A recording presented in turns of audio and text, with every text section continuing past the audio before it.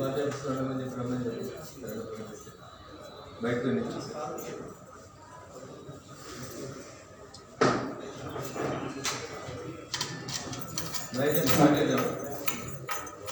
రాష్ట్ర ప్రజానీకానికి మీడియా మిత్రులందరికీ హోలీ పర్వదిన శుభాకాంక్షలు.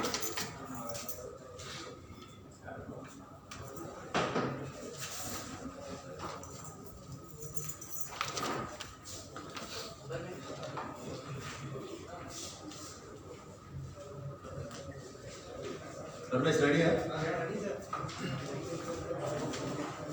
2 రోజుల క్రితం ఇచ్చినటువంటి రాష్ట్ర శాసనసభ సమావేశాలని తెలంగాణ రాష్ట్ర సమితి ప్రభుత్వం అధికార పార్టీ ఇతర పార్టీని దుమ్మెత్తిపోయడానికి ఒక ప్లాట్ఫామ్గా వాడుకున్న తప్ప నిజంగా ప్రజా సమస్యల్ని పరిష్కరించడానికి ప్రజా సమస్యల మీద చర్చించడానికి ఒక ప్లాట్ఫామ్గా వాడుకోవడానికి ప్రతిపక్షానికి సరిపోయినంత సమయం ఇవ్వలేదు.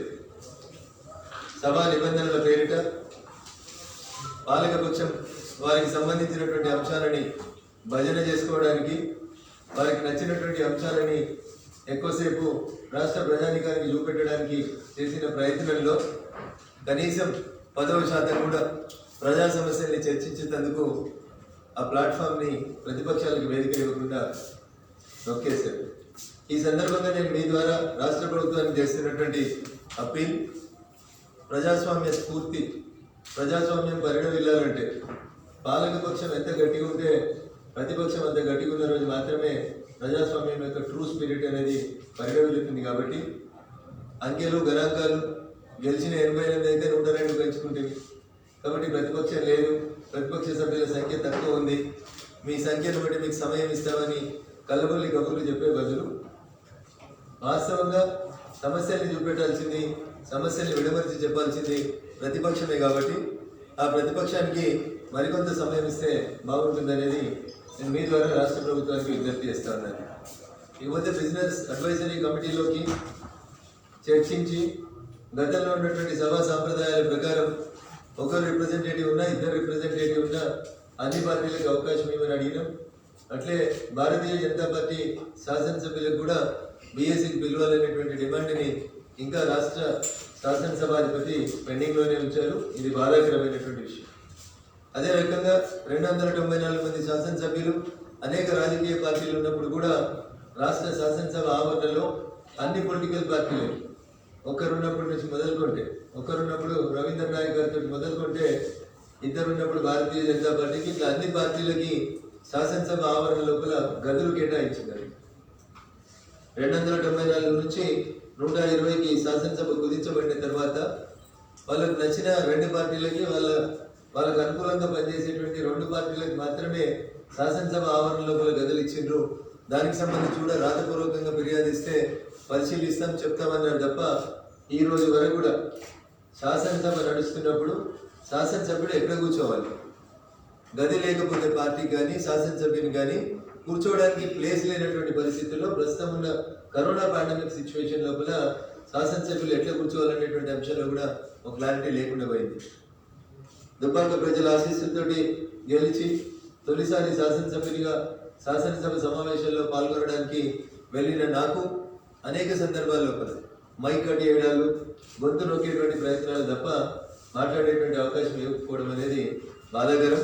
కొత్తగా వచ్చిన వాళ్ళం సబ్జెక్టు మీద అవగాహనతోటి సమస్యల్ని ప్రభుత్వం దృష్టికి తేవాలనుకున్నప్పుడు నేనైతే మా దుబ్బాక నియోజకవర్గానికి సంబంధించి మల్లన్న సాగర్ దగ్గర నుంచి మొదలుకుంటే రోడ్లకు జరుగుతున్న నష్టం, డిగ్రీ కాలేజీల ఏర్పాటు, మండల కేంద్రం నుంచి జిల్లా కేంద్రాలకు పోతున్నటువంటి డబుల్ లైన్ల రోడ్లు, దుబ్బాక నియోజకవర్గ ప్రజలు ఎదుర్కొంటున్నటువంటి కోతరెడ్డిపేట ఫ్రీడమ్ ఛానల్ దగ్గర నుంచి మొదలుకుంటే అనేక అంశాలని శాసనసభకు సంబంధించినటువంటి దుబ్బాక శాసనసభ నియోజకవర్గ ఏరియాకు సంబంధించినటువంటి ప్రతి మండలానికి సంబంధించినటువంటి సమస్యని ఏ దుబ్బాక ప్రజల ఆశీస్సులతో పోయినో వాళ్ళ ఆకాంక్షల మేరకు శాసనసభలో వారు ఇచ్చిన అతి తక్కువ సమయంలో రిప్రజెంట్ చేసేటువంటి ప్రయత్నం చేశారు. అనేక సందర్భాల్లో మైక్ కట్ చేసినా, మధ్య మధ్యలో మాట్లాడుతున్నప్పుడు మనకి ఇంటరప్ట్ చేసినా ఖచ్చితంగా స్పష్టంగా సమస్యల పట్ల అవగాహన ఉన్నటువంటి వ్యక్తిగా భారతీయ జనతా పార్టీ గొంతుగా అణగారిన వర్గాల ఆశాజీవిగా రాష్ట్ర శాసనసభలో ఆయా వర్గాలని రిప్రజెంట్ చేసేటువంటి ప్రయత్నం చేసినారు.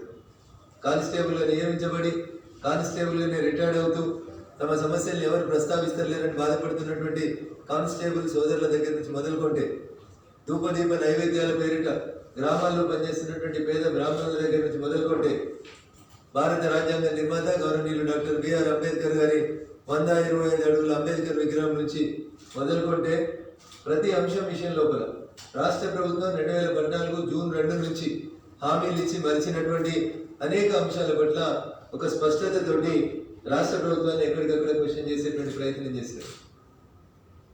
ఆంధ్రప్రదేశ్ పునర్వ్యవస్థీకరణ చట్టం 2014ను చూపెడుతూ చాలా సందర్భాల లోపల వరంగల్లో కోచ్ ఫ్యాక్టరీ ఏమైంది, బయ్యారంలో స్టీల్ ప్లాంట్ ఏమైంది, ఈ రకంగా విభజన చట్టాన్ని మిస్రిప్రజెంట్ చేస్తూ హామీలు ఎందుకు అమలు చేస్తలేరని చెప్పి పలు దఫాలుగా రాష్ట్ర శాసనసభను వేదిక చేసుకొని పార్లమెంటుని, ప్రధానమంత్రిని, భారతీయ జనతా పార్టీని బదనాం చేయాలని వారు చేసినటువంటి కుట్రకి స్పష్టంగా శాసనసభ నుంచి సమాధానం చెప్పేటువంటి ప్రయత్నం చేసినాం. ఉదాహరణకి వరంగల్లో కోచ్ ఫ్యాక్టరీకి మేము స్థలం ఇచ్చినాం, 150 ఎకరాలు ఇచ్చినాం, ఎందుకు కోచ్ ఫ్యాక్టరీ నిర్మాణం చేస్తలేరు అని అనేక సందర్భాలుగా మీడియాతో గగ్గోలు పెట్టినటువంటి పెద్దలు అసలు రైల్వే శాఖ అధికారులకి స్థలాన్ని హ్యాండ్ ఓవర్ చేస్తూ లెటర్ ఇచ్చింది 2021 జనవరి చివరి వారంలో లెటర్ ఇచ్చింది తప్ప 2014 నుంచి ఇప్పటిదాకా ఎప్పుడు ఇవ్వలేదు.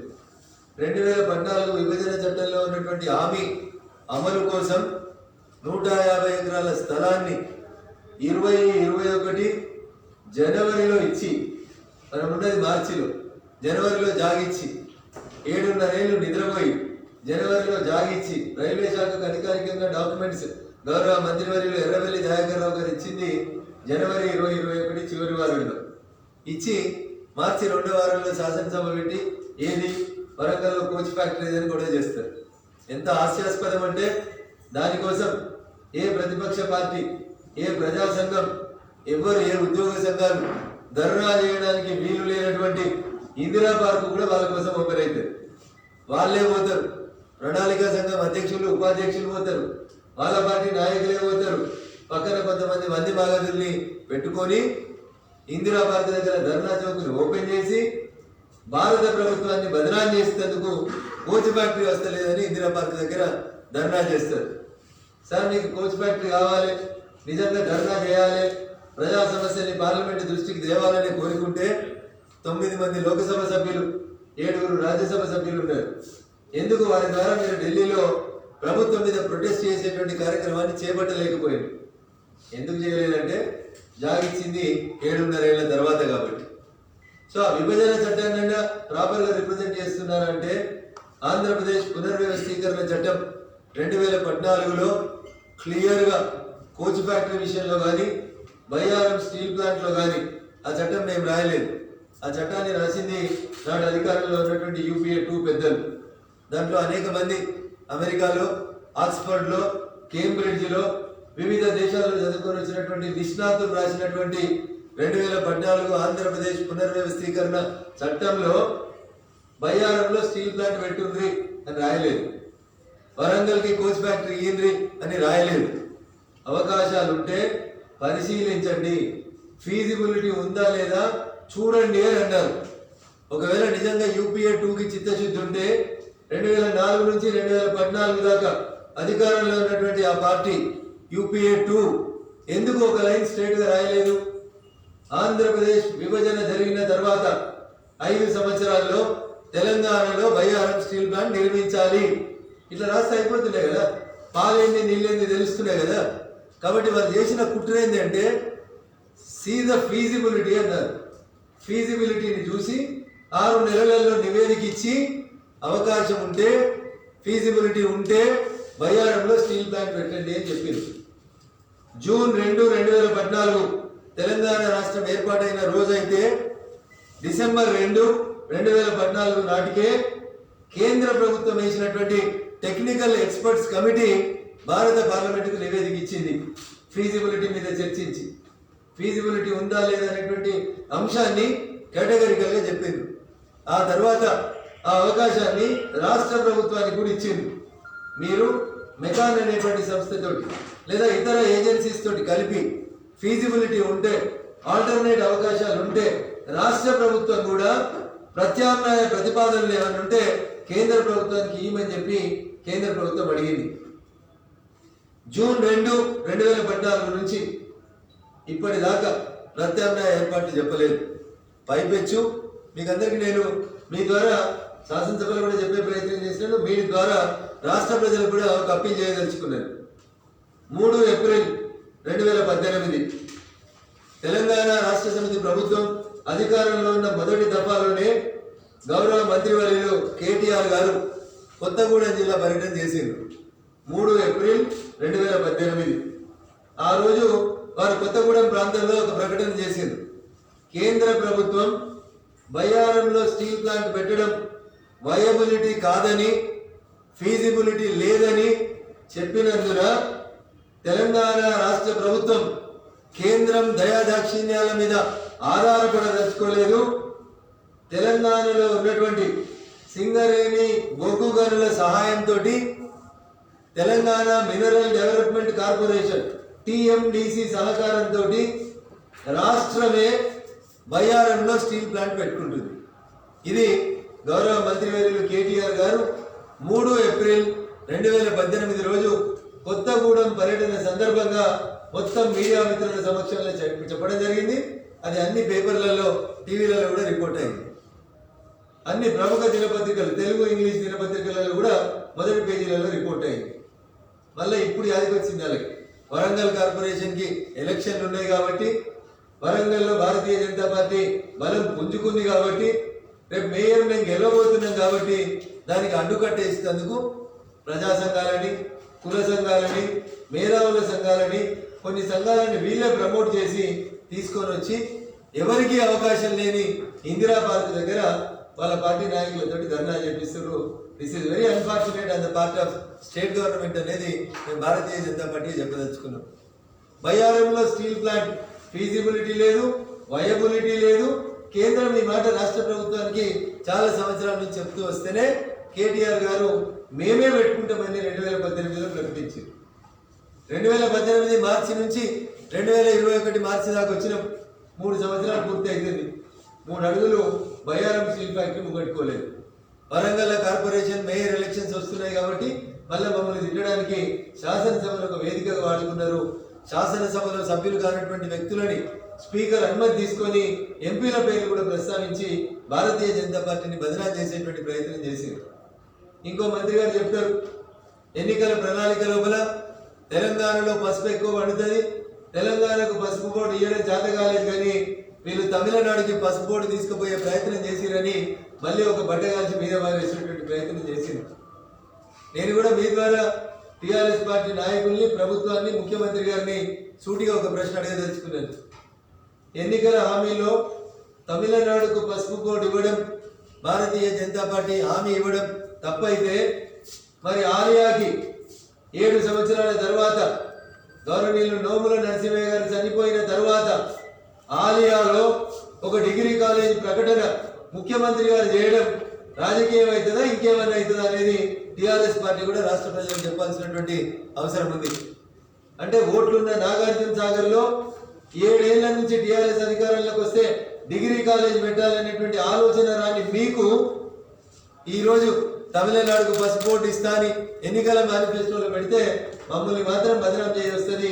ఆలియాకు డిగ్రీ కాలేజ్ ఎందుకు ఇచ్చిరు సార్ అంటే మాత్రం సమాధానం ఉండదు. అంటే మీరు చేస్తే రాజకీయం, ఇంకొకటి చేస్తే ఇంకొకటి అనేటువంటి ఈ కుట్రల్ని శాసనసభ వేదిక ద్వారా మీరు చేయడం అనేది బాధాకరం. ఎన్నికల రణక్షేత్రంలో మీరు మాట్లాడదాం, మేము మాట్లాడదాం. అంతిమ న్యాయ నిర్ణేతలు ప్రజలు ఓట్లేస్తే, ప్రజలు గెలిపిస్తే మీరైనా మేమైనా కుర్చీలో ఉంటారు. కాబట్టి నేను మీ ద్వారా రాష్ట్ర ముఖ్యమంత్రి గారికి చేసేటువంటి విజ్ఞప్తి, దయచేసి శాసనసభను ఎన్నికల ప్రచార సభగా మార్చొద్దని చెప్పి మీ ద్వారా నేను వారికి విజ్ఞప్తి చేస్తా ఉన్నాను. నిజామాబాద్ కార్పొరేషన్కి డబ్బులు ఇయ్యరు, కరీంనగర్ కార్పొరేషన్కి డబ్బులు ఇయ్యరు, వరంగల్కు 250 కోట్లు, ఖమ్మంకు 150 కోట్లు. అదేంటి సార్ అంటే వచ్చే నెల 2 జాగాలో ఎలక్షన్లు ఉన్నాయి కాబట్టి. మరి మనం ఇది అన్నామంటే వాళ్ళకి ఉన్నది ఉన్నట్టు మాట్లాడితే ఊరంతా కోపం అన్నట్టు, ఊరంతా శత్రువులు అన్నట్టు. వరంగల్కు 250 కోట్లు ఎందుకు ఇచ్చిరంటే వాళ్ళకి బాధ, ఖమ్మంకు 150 కోట్లు ఎందుకు ఇచ్చిరంటే బాధ. నిజామాబాద్కి ఎందుకు ఇవ్వలేదంటే సమాధానం ఉండదు. కాబట్టి 250 కోట్లు వరంగల్కి ఇచ్చింది ఎన్నికలను దృష్టిలో పెట్టుకుని, 150 కోట్లు ఖమ్మంకి ఇచ్చింది 100% ఎన్నికల్ని దృష్టిలో పెట్టుకుని.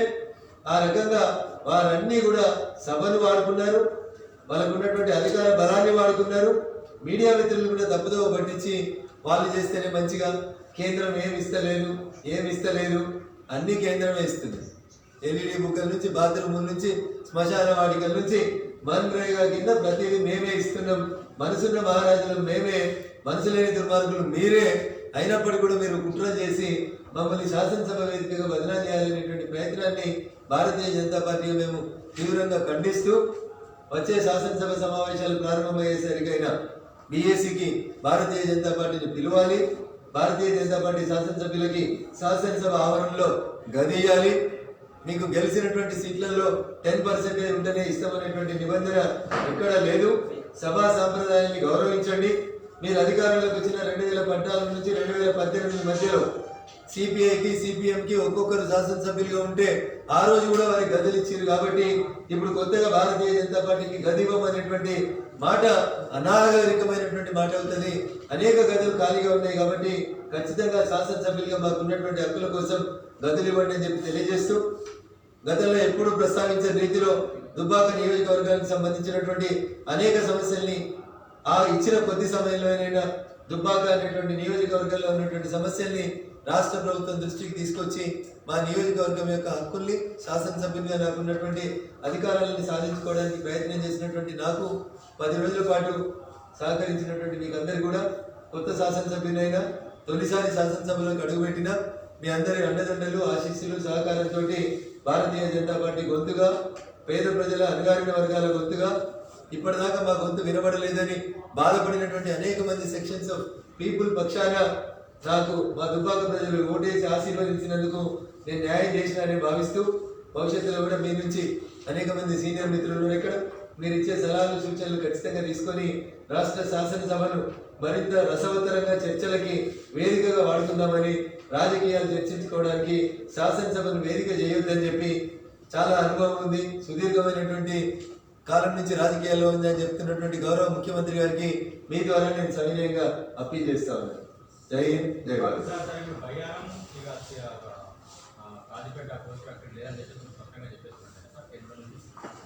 భారత ప్రభుత్వం సంబంధించి పార్లమెంట్ లో అనేక దఫాలుగా అనేక మంది ఎంపీలు అడిగినటువంటి రాష్ట్రపతి ప్రశ్నలకి నేను కాదు, గతంలోనే భారత ప్రభుత్వ ప్రతినిధులు, కేంద్ర మంత్రులు చాలా స్పష్టంగా చెప్పారు. ఈ విషయం 2 డిసెంబర్ 2014 నాడు టెక్నికల్ కమిటీ ఏదైతే భారత పార్లమెంట్ నియమించిందో ఆ కమిటీ చాలా స్పష్టంగా భారత పార్లమెంట్కి ఇచ్చిన నివేదికలో ఇచ్చింది. ఆ తర్వాత రాష్ట్ర ప్రభుత్వానికి కేంద్రం ఇంకొక ఆప్షన్ ఇచ్చింది. ఛత్తీస్గఢ్ నుంచి రైల్వే లైన్ వేసుకొని అక్కడ నుంచి ముడి సరుకులు తీసుకురావడానికి ఏమన్నా పాసిబిలిటీ ఉంటే, రాష్ట్ర ప్రభుత్వానికి నిజంగా బయ్యారంలో స్టీల్ ప్లాంట్ కావాలనే చిత్తశుద్ధి ఉంటే, ఇంకా మీరు ఏమైనా ఆల్టర్నేటివ్స్ ఉంటే సజెస్ట్ చేయండి. ప్రాజెక్టు వయబిలిటీని, ఫీజిబిలిటీని గమనంలోకి తీసుకోండి. పెట్టే ఖర్చుకి, వచ్చేటువంటి ఉత్పాదకతకి, రేపు ఇవ్వబోయేటువంటి ఉద్యోగాలకి మధ్యన మీకు నచ్చినటువంటి ఏజెన్సీస్ తోటి మీరు అక్కడ ఒక సర్వే చేయించి ఒక మంచి ప్రతిపాదనతో ముందుకు రండి అని చెప్పి భారత ప్రభుత్వం రాష్ట్ర ప్రభుత్వానికి కోరింది. దానికి స్పందించినటువంటి గౌరవ కేటీఆర్ గారు 3/4/2018 నాడు నేను ఇందాకనే చెప్పిన వారు చెప్పినటువంటి మాటలు, మరి వాళ్ళు రాష్ట్ర ప్రభుత్వం కోర్టులో ఉందా, కేంద్ర ప్రభుత్వం కోర్టులో ఉందా అనేది వారు ఆలోచించి చెప్తే మేము మరి ఇంకా దాని గురించి ఇంకా రాష్ట్ర ప్రభుత్వం ఏమైనా నివేదిక ఇస్తే కేంద్ర ప్రభుత్వం దగ్గరికి మళ్ళీ వెళ్ళి చర్చించడానికి నేను సిద్ధంగా ఉన్నాను. పోస్ట్ ఫ్యాక్టరీ అయినా మన జనవరికి ఇచ్చింది. జనవరిలో ఎర్రబెల్లి గారు రైల్వే శాఖ అధికారులకు ఇచ్చి జనవరి చివరి వారంలో ఇచ్చి మార్చి కల్లా కోచ్ ఫ్యాక్టరీ అంటే 7 సంవత్సరాలు ఏం చేసింది? ఎందుకు కావాలంటే 7 సంవత్సరాల నుంచి 150 ఎకరాలు ఇవ్వడం మీకు ఎందుకు కష్టమైంది అనేది ఒకసారి మీరు చెప్తే బాగుంటుండే అనేది నేను రాష్ట్ర ప్రజల తరఫున రాష్ట్ర ప్రభుత్వాన్ని నిలదీస్తాను.